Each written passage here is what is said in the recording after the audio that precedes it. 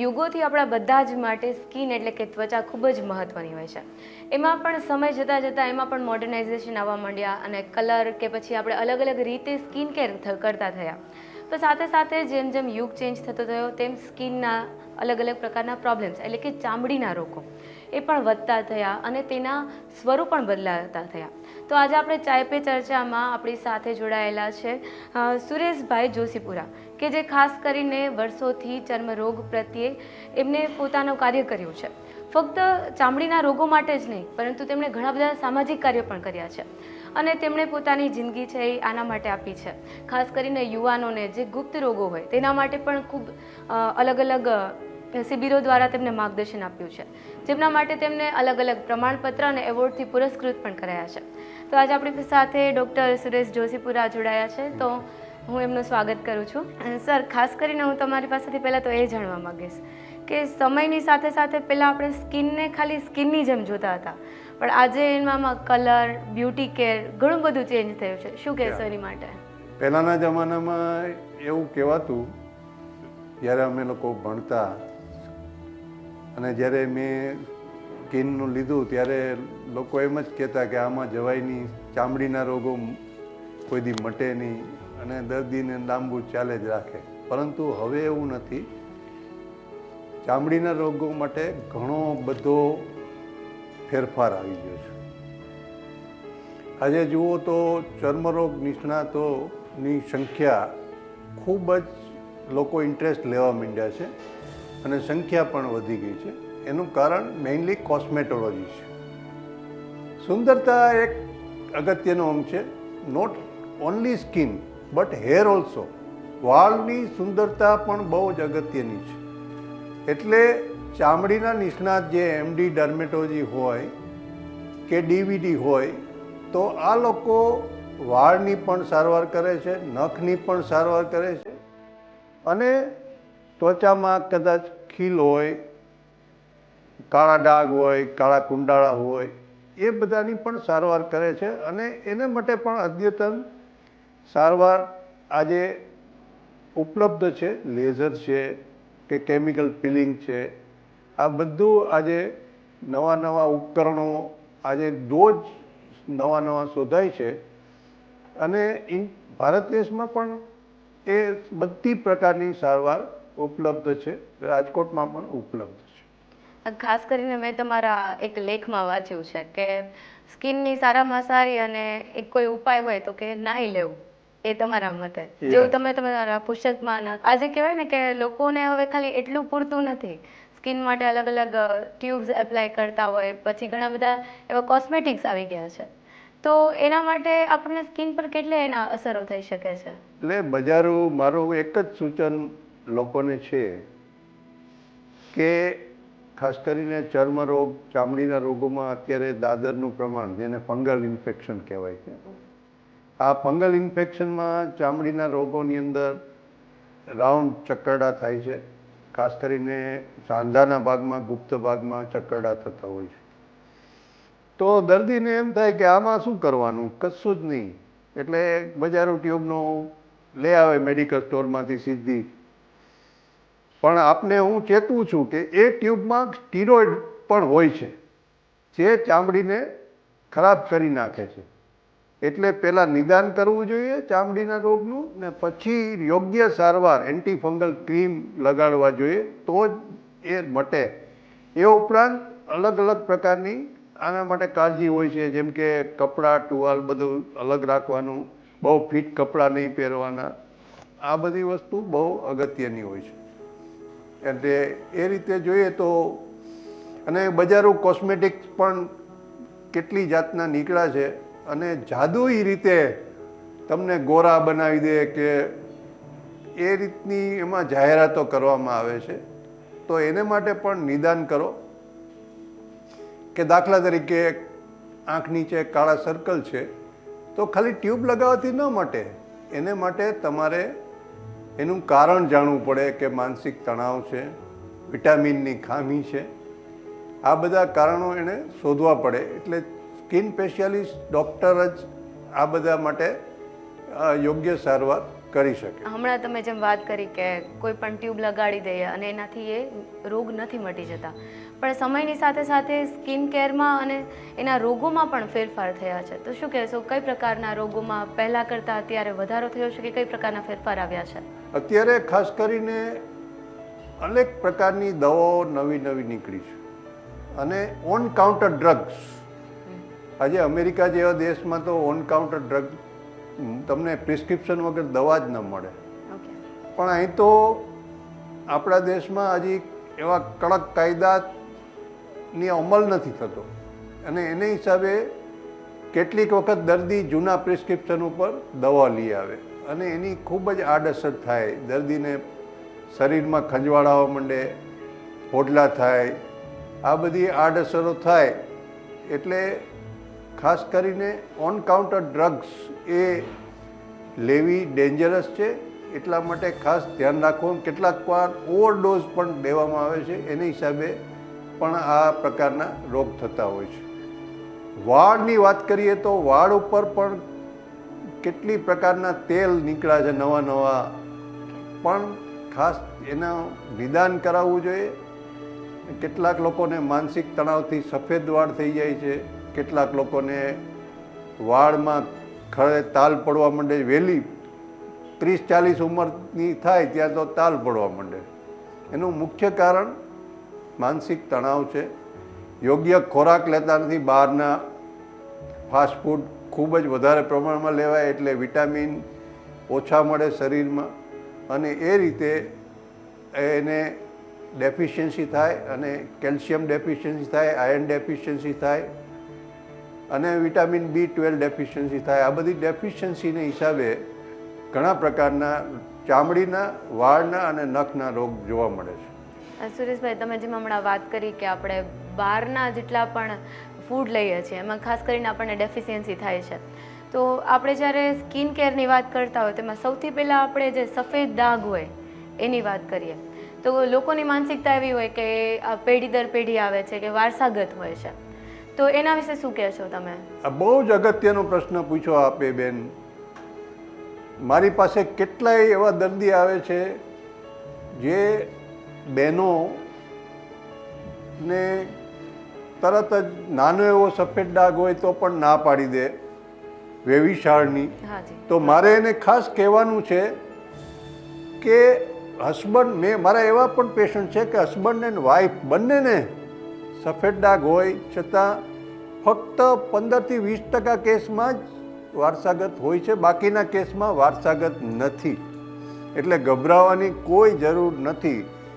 કેટલીક વખત એવું પણ બને કે કરોડિયા જેવા ડાઘને એ લોકો સફેદ ડાઘ માની લીધા હોય. તો આને માટે પણ મારે એને કહેવાનું છે કે આ નિદાન કરાવો અને પછી કોઈ પણ વિના સંકોચે વેવિશાળ કરવામાં કોઈ પણ જાતનો એમાં વાંધો છે નહીં. ખાસ કરીને જ્યારે તમારી પાસે કોઈ દર્દીઓ આવતા હોય તો એ લોકોને ઉતાવળ હોય કે જલ્દીથી અમને આનું નિદાન કરી આપો, પણ સ્કિન કેરમાં હંમેશા એવું હોતું હોય છે કે જલ્દીથી એનું નિદાન શક્ય ના હોય, તો એ અત્યારે ઘણી બધી ટેકનોલોજી છે કે જેના માધ્યમથી એમનું નિદાન શક્ય બનાવી દેતા હોય, પણ એ કેટલું ઘાતકી રહે છે? અત્યારે આધુનિક નિદાન પદ્ધતિઓ નવી નવી આવી છે, જેમાં ખાસ કરીને ડર્મોસ્કોપી એટલે એક પ્રકારનું, જેમ આપણે ચામડી ઉપર એ દૂરબીન પ્રકારનું મશીન હોય છે, એ મૂકીએ એટલે અંદરની ચામડીનો ચિતાર, સંપૂર્ણ ચિતાર આપણને મળે. એના ઉપરથી આપણે એ બ્રાન્ચ ખૂબ ડેવલપ થઈ છે.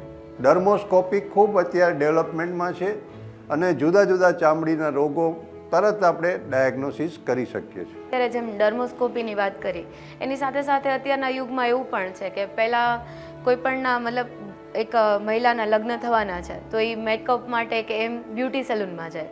હવે તો સાથે સાથે એવી સ્કિન ટ્રીટમેન્ટ પણ આવી ગઈ છે કે એને પરમનન્ટ કંઈ પણ ઉપચાર મળે, તો એ એના માટે ઘાતકી સાબિત થાય કે પછી યોગ્ય છે? શું કહેશો એના વિશે? એટલે બહુ જ અગત્યની વાત છે આ. પણ બ્યુટી પાર્લરમાં જાઓ એનો વાંધો નથી, એના માટે બ્યુટી પાર્લરના જે તમને બ્યુટિશિયન છે, એણે સ્પેશિયલ કોર્સ કરેલા છે, એ તમારી ચામડીને, ત્વચાને બરાબર સમજે કે આ ઓઇલી સ્કિન છે કે ડ્રાય સ્કિન છે. ઓઇલી સ્કિનમાં તમને આજે ફેશિયલ કરે તો તમારા કદાચ ખીલની તાસીર હોય તો ખીલ વધી જાય. એટલે ખાસ તમે ધ્યાન રાખો કે બ્યુટી પાર્લરમાં જતાં પહેલાં તમારી સ્કિનને બરાબર બ્યુટિશિયન ઓળખે છે કે નહીં, એ ખાસ અગત્યની બાબત છે. એ ઉપરાંત કેટલીક વખત અમુક પ્રકારના ચેપ લાગતા હોય છે, એટલે પર્ટિક્યુલરલી વાયરસજન્ય. તો આને માટે પણ બ્યુટિશિયને ખાસ ધ્યાન રાખવું, ચોખ્ખાઈ રાખવી જોઈએ, હાઇજીન રાખવું જોઈએ, એ પણ બહુ અગત્યનું છે.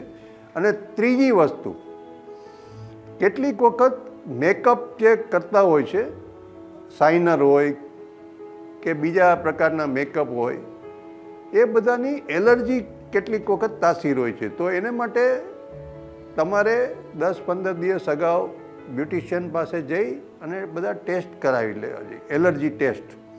એ વસ્તુ જે તમને એપ્લાય કરવાના છે, જે તમને લગાડવાના છે, એના ટેસ્ટ કરાવી લ્યો, પછી તમે બરાબર લગાડે તો વાંધો ના આવે. કારણ કે એવા પણ કેસ આવે છે કે લગ્ન આગલે દિવસે ચહેરો આખો તતડી ગયો હોય. એટલે ખાસ એલર્જી ટેસ્ટ એ બહુ અગત્યની વસ્તુ છે. જેમ તમે એલર્જીની વાત કરી, તો અત્યારના સમયમાં આપણે જોઈએ, જેમ કે હું મારી જ વાત કરી લઉં, તો દરેક મહિલાને એવી આદત હોય કે બહાર જશે તો દુપટ્ટો ને એવું ઓઢીને જાય. એટલે સામાન્ય એક ધૂળથી તે લોકોને એલર્જી છે. જ્યારે પહેલાંના જમાનામાં એ વસ્તુ નહોતી, પણ સાથે સમયની સાથે સાથે આ વસ્તુ ચેન્જ થતી જાય છે. તો આ એલર્જીને ને ખોરાકને કે આ સ્વાસ્થ્યને કાંઈ સંબંધ ખરો? એટલે એલર્જીના રોગ ખૂબ જ વધી ગયા છે અત્યારે. આમ જુઓ ને તો તડકો છે એ પહેલાંના જમાનામાં વાદળાથી ઓઝોન લેયર હતું આપણે, એટલે ઓઝોન લેયરમાંથી તડકો પસાર થતો, એટલે એટલો પાવરફુલ નહોતો, એટલે ગભરાવાની કોઈ જરૂર નહોતી. પણ હાલના તબક્કે એ પાવરફુલ તડકાના કિરણો આપણા ઉપર પડે છે, એટલે કેટલીક વખત પિગમેન્ટેશન, કાળાશ આપણી ચામડી ઉપર થઈ જાય છે. એટલે એને પ્રોટેક્શન કરવું જરૂરી છે. આપે કીધું એ પ્રમાણે દુપટ્ટો ઓઢો, સનસ્ક્રીન લગાડવા, એ બધું બહુ અગત્યની બાબત છે. જેમ તમે વાત કરી, પણ આરોગ્યનું કે ખોરાકનું આની સાથે કોઈ સંબંધ ખરો? ખોરાકની વાત કરીએ તો ખોરાકનો આપણે પોઝિટિવ લેશું કે પોઝિટિવ, દાખલા તરીકે ગાજર છે તો એ વિટામિન એ છે, એન્ટીઓક્સિડન્ટ છે, યલો કલરના બધા ફ્રૂટ્સ છે, તો એ તમારો સૂર્ય સામે રક્ષણ કરે. એટલે ફ્રૂટ લ્યો, ગાજર લ્યો. દાખલા તરીકે અત્યારે શિયાળો છે તો તલ સાંકળીમાં કેલ્શિયમ વધારે હોય, તો એ લ્યો તો આપણે ચામડીને બરાબર સંભાળ રાખી શકીએ અને પ્રોટેક્ટ કરી શકીએ. હવે એક ખોરાકની વાત આવી છે તો સાથે એવું પણ હોય કે તમે જ્યારે વિરુદ્ધ આહાર લ્યો છો ત્યારે લોકો એમ કહે છે કે એનાથી તમને કરોડિયા કે સફેદ ડાઘ થઈ જશે. ખોટી માન્યતા છે. અમેરિકા જેવા દેશમાં કે આખા વર્લ્ડમાં લોકો નોનવેજ સાથે કે ખટાશ સાથે બધી વસ્તુ, દૂધ ને બધું લે છે, છતાં એ લોકોને આ ટાઈપના રોગ થતા નથી. એટલે જૂના જમાનામાં જે આ માન્યતા છે અને એના ઉપર રિસર્ચ ખૂબ થયેલું છે અને એ તદ્દન ખોટી માન્યતા છે. ખાસ હમણાં જ આપણે એક તમે એલર્જીની વાત કરી કે બ્યુટી પ્રોડક્ટ્સ આપણે બહારથી વાપરતા હોય અને એના કારણે એલર્જી થઈ શકે. આવું અત્યારે હવે ડર્મેટોલોજીસ્ટમાં એક એવું પણ સાયન્સ આવી ગયું છે કે જો તમારે કોઈ પરમનન્ટ મેકઅપ જોઈતો હોય તો એ જે સુવિધા છે એ કેટલી સારી છે તમારા મતે, કે એ સ્કિનને નુકસાન કરી શકે? એ કરી શકે. એ દાખલા તરીકે ગ્લુટાથાયોન નામની દવા છે, એ તમારો કલર સ્કિનનો ઇન્જેક્શન આવે એનો, અને ગ્લુટાથાયોન પણ એના પણ આડઅસર હોય છે, એટલે એ પણ આપણે થોડુંક ધ્યાન રાખવું જોઈએ. સુરેશભાઈ, જે દર્દીઓ વારંવાર લેઝર ટ્રીટમેન્ટ કરાવતા હોય સ્કિન પર કોઈ પણ આવી વસ્તુમાંથી, કે પછી ટેટુ કરાવતા હોય, એના માટે તમે શું કહેશો? હવે પહેલાં લેઝરની વાત કરીએ તો લેઝરમાં હેર રિડક્શન, અણગમતા વાળ હોય તો હેર રિડક્શન સારવાર ખૂબ સારી છે અને એના ખૂબ જ સારા ફાયદાઓ જોવા મળ્યા છે. પરંતુ એટલી તો આપણે કબૂલાત કરવી પડે કે 2, 3 કે 5 વર્ષે થોડા રૂંવાટી જેવી એની વાળ પાછા નીકળી શકે. એટલે પણ છતાંય એમાં કોઈ ગભરાવાની જરૂર નથી. લેઝરથી કાળા પડી જવાય એ માન્યતા ખોટી છે. એ કારણ કે એ વાળના મૂળ ઉપર જ એટેક કરે છે લેઝર. એટલે એમાં કોઈ ડાઘ રહી જાય કે એવી કોઈ ગભરાવાની કોઈ જરૂર નથી. અને એની કદાચ આછો એવો ડાઘ રહી જાય તો એ થોડો ટાઈમમાં નીકળી જાય છે. એટલે એમાં પણ કોઈ ગભરાવાની જરૂર નથી. ટેટુની વાત કરીએ તો ટેટુની પણ ખૂબ ફેશન છે. એટલે જે લોકોની આજે એમાં ખાસ ધ્યાન રાખવાનું કે ટેટુમાંથી ઇન્ફેક્શન ન લાગે. ઘણા લોકોને વાયરલ ઇન્ફેક્શન લાગે છે, ચેપ લાગે છે. ઘણા લોકોને ટેટુમાં પાક થઈ જાય છે. અથવા જે લોકોને કિલોઇડ એટલે કે ચામડી ગંઠાઈ જવી એવી તાસીર હોય એ લોકોએ કિલોઇડ ન કરાવવું જોઈએ અથવા પહેલાં ટેસ્ટ કરાવી લેવો જોઈએ નાના એરિયામાં, પછી કિલોઇડનો એમાં કરાવી શકાય. એટલે કિલોઇડ ન થાય એ ખૂબ ધ્યાન રાખવું પડે ટેટુમાં. જેવી રીતે આપણે વાત કરી કે ખાસ કરીને ચામડીના બધા રોગો છે એ જૂના જમાનાથી ચાલી આવે છે, પણ અમુક માન્યતાઓ છે એ હજુ પણ બદલાણી નથી. પણ અત્યારે કોરોના સમય આવ્યો ત્યારે પાછા સ્કિનના જેટલા પ્રોબ્લેમ્સ હોય એ વધતા ગયા. એટલે તમારી સામે કોઈ એવા ઉદાહરણ આવ્યા છે કે પેશન્ટોની લાઈનો લાગતી કોરોના પછી, ખાસ કરીને વાળ માટે. અને પેશન્ટને વાળ માટે તો ખૂબ જ પેશન્ટ આવતા. વાળના ખરવાનો બધા લગભગ 90% પેશન્ટ કમ્પ્લેન કરતા કે વાળ બહુ ખરે છે કોરોના થયો હોય પછી. એ ઉપરાંત કોરોનામાં સ્ટીરોઇડની દવાઓ લીધેલી હોય, એન્ટીબાયોટિક લીધી હોય, એની આડઅસર પણ ઘણી જોવા મળી છે. મોઢામાં ચાંદા પડી ગયા હોય, નાકમાં કેટલીક વખત કન્ટિન્યુઅસ એને તકલીફ પડી હોય, અને દવાઓ વિટામિન્સ પૂરતા ન લીધા હોય એટલે આંખના સર્કલ પણ કન્ટિન્યુઅસ મેન્ટલ સ્ટ્રેસમાં કોરોના રહ્યા હોય એટલે આંખના સર્કલ પણ વધી ગયા હોય. અને શરીરની આજે જે માવજત હોય એ કરી ન શક્યા હોય એટલા માટે કેટલીક વખત ચામડી ઉપર આપણે જોઈએ તો કરચલી પણ વધી ગઈ હોય છે. હમણાં તમે જેમ માવજતની વાત કરી તો આપણે એવું કહેતા હોય કે precaution is better than cure. અને ખાસ કરીને આપણે કોરોના ટાઈમમાં વારંવાર એવું કહેતા હતા કે જેની ઇમ્યુનિટી સારી હશે એ વ્યક્તિને કાંઈ નહીં થાય. તો સ્કિનમાં તે એવી તમારા મતે કોઈ એવી સ્કિનમાં ઇમ્યુનિટી અગાઉ વાત કરી એ પ્રમાણે બહુ જ અગત્યની બાબત છે. જેમ અલગ અલગ કલર મેઘધનુષમાં હોય એમ આપણી થાળી હોય, જે જમવાની થાળી, એમાં પણ અલગ અલગ કલરની વસ્તુ આપણે ખાવી જોઈએ. જેમ કે મેં અગાઉ વાત કરી એ પ્રમાણે યલો કલરની વસ્તુઓ એટલે કે એન્ટીઓક્સિડન્ટ એ બહુ અગત્યના છે. પછી ગ્રીન કલરના ફ્રૂટ્સ હોય, ગ્રીન કલરના શાકભાજી હોય તો એ બહુ અગત્યના છે. આપણે વિટામિન સી એનાથી મળે છે. લીંબુ ખટાશ એમ કે ખવાય જ નહીં ચામડીના રોગમાં, એ પણ માન્યતા અમુક અંશે સાચી છે, અમુક અંશે ખોટી પણ છે. જેને ચામડીના રોગ નથી એ લોકોએ લીંબુ પણ લેવું જોઈએ, એમાં વિટામિન સી ભરપૂર છે. એટલે ગભરાવાની કોઈ જરૂર નથી. અને પ્રોટીન, ફણગાવેલા મગ છે, ફણગાવેલા કઠોળ છે, એ પણ આપણા શરીર માટે બહુ જ જરૂરી છે.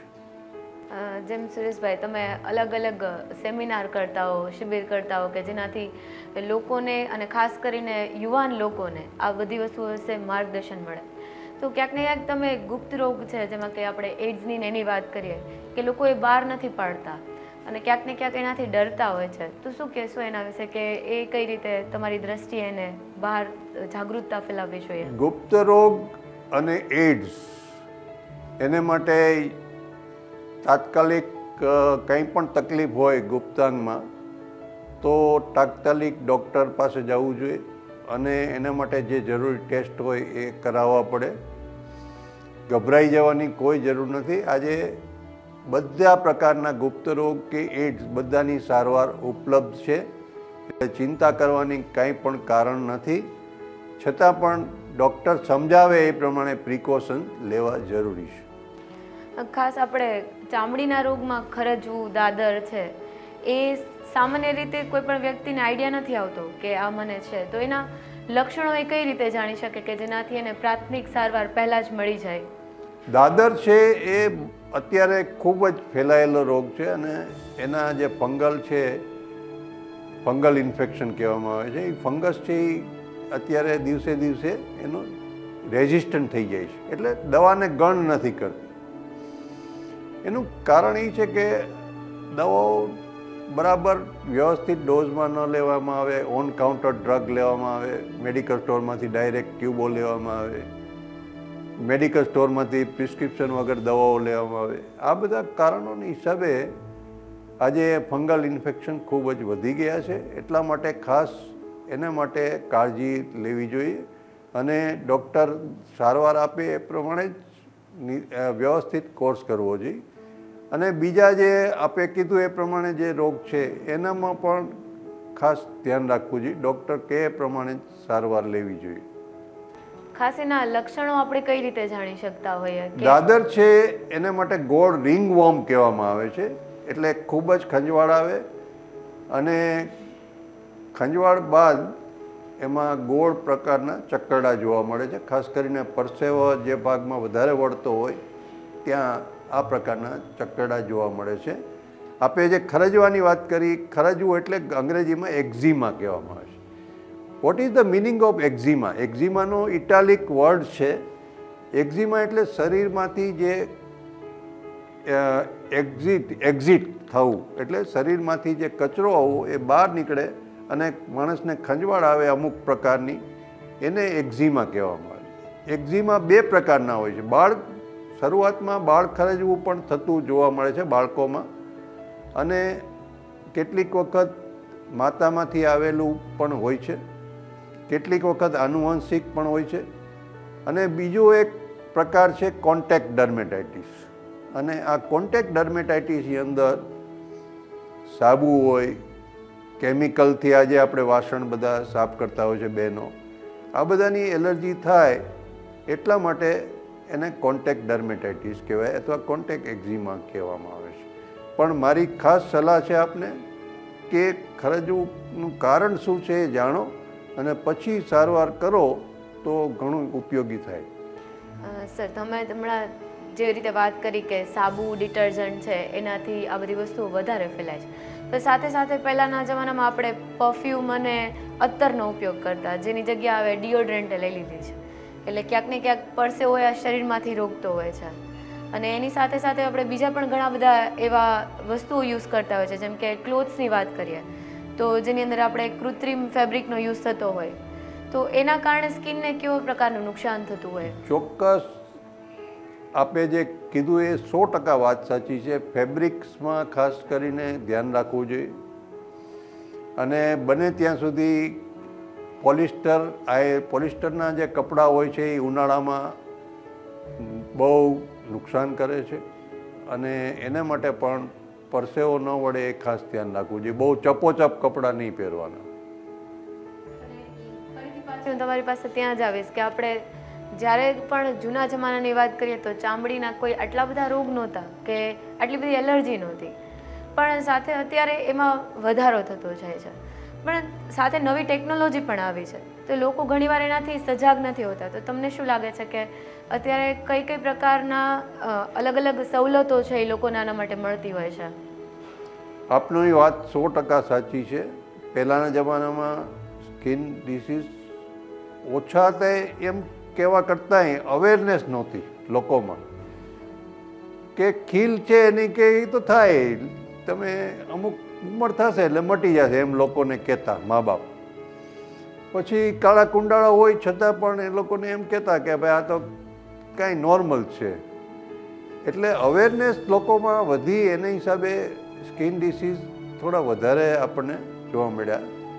પ્લસ બહારનું જે ખોરાક છે, અગાઉ વાત કરી એ પ્રમાણે, એનાથી પણ આ વસ્તુ વધતી જોવા મળે છે. ડેફિશિયન્સી, વિટામિન ડેફિશિયન્સી, ફ્રૂટ, દૂધ વગેરે ઓછું લેવાનું છે.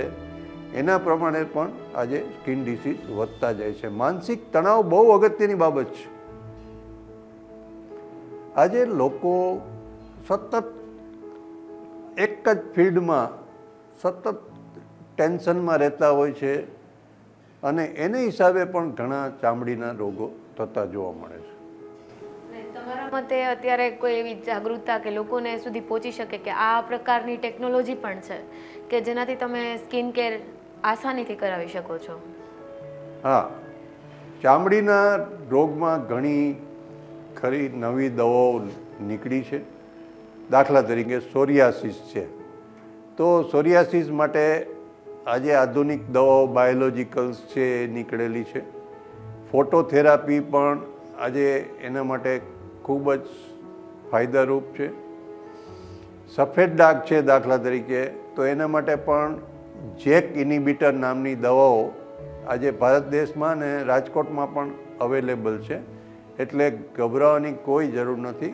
દવાઓથી કાબૂમાં નવી નવી દવાઓ, નવી નવી ટેકનોલોજી, એનાથી આપણે કાબૂમાં રોગને લઈ શકીએ છીએ.